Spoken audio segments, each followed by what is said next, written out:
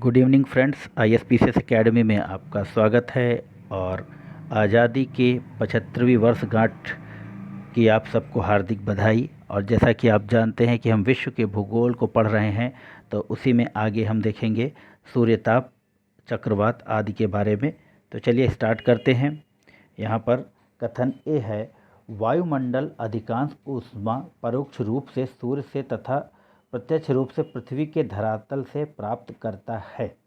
कारण पृथ्वी के धरातल पर सौर लघु तरंगें पार्थिव ऊर्जा की लंबी तरंगों के में परिणत होती हैं। तो इसमें आंसर है इसका ए आर दोनों सही हैं तथा आर ए की सही व्याख्या करता है। चलिए आगे बढ़ेंगे। सामान्यतः पृथ्वी की सतह से ऊंचाई बढ़ने के साथ तापमान में घटोतरी होती है, क्योंकि ऊपरी वायुमंडल में आर्द्रता का अभाव होता है। ऊपरी वायुमंडल में हवा कम घनी होती है। चलिए आगे बढ़ेंगे। सबसे अधिक सूर्यताप को परावर्तित करता है नवपात, हिमपात से आच्छादित भूमि, यानी जिसको एल्बिडो बोलते हैं। वो जहाँ पर बर्फ़ होती है वहाँ पर एल्बिडो सबसे ज़्यादा होता है। आगे बढ़ेंगे। सही कथन है, दक्षिणी गोलार्ध की तुलना में उत्तरी गोलार्ध में तापमान का वार्षिक परिसर अधिक है। चलिए, पृथ्वी पर सबसे उच्चतम तापक्रम रिकॉर्ड किए जाते हैं 20 डिग्री उत्तरी अक्षांश पर।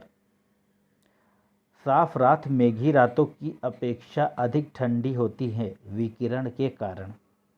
चक्रवात, चलिए देखते हैं चक्रवात के बारे में।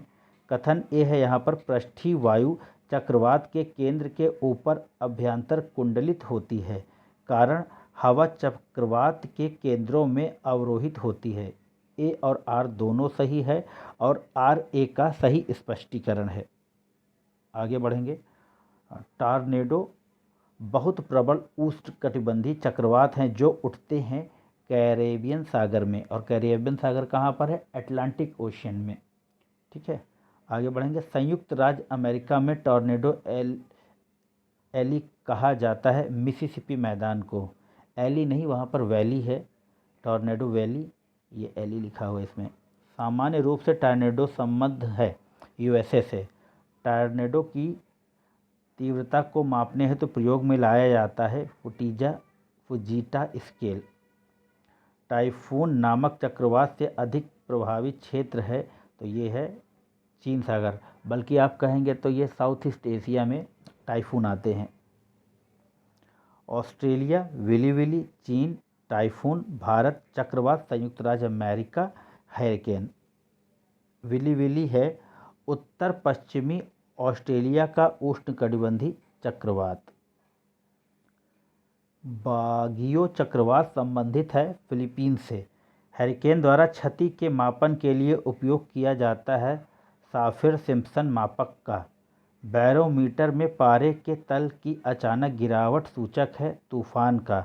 नरगिस चक्रवात से प्रभावित क्षेत्र है म्यांमार।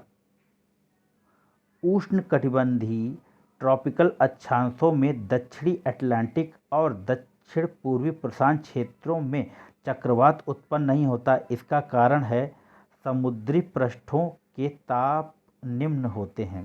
अच्छा, चलिए आगे बढ़ेंगे। आर्द्रता के बारे में देखते हैं।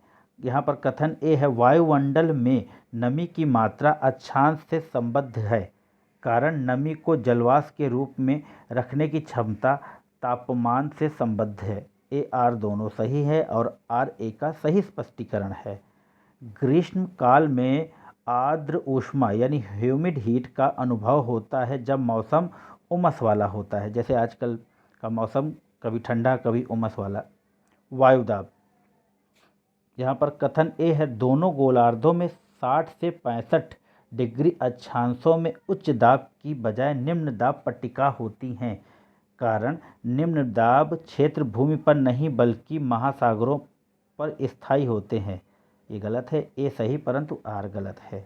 सत्य कथन है, महासागरों के ऊपर लगभग 30 से 35 डिग्री उत्तर और दक्षिण अक्षांश पर विद्यमान दो कटिबंधों में से प्रत्येक हॉर्स अक्षांश कहलाता है।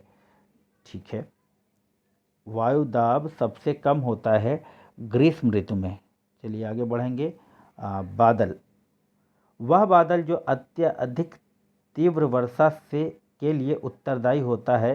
तो वर्षा स्तरीय बादल सर्वाधिक ऊंचाई के बादल हैं। पश्चाभ स्तरीय मेघ गर्जन के कारण है संघनन, उच्च ताप एवं आर्द्रता तथा उधर उधर हवा।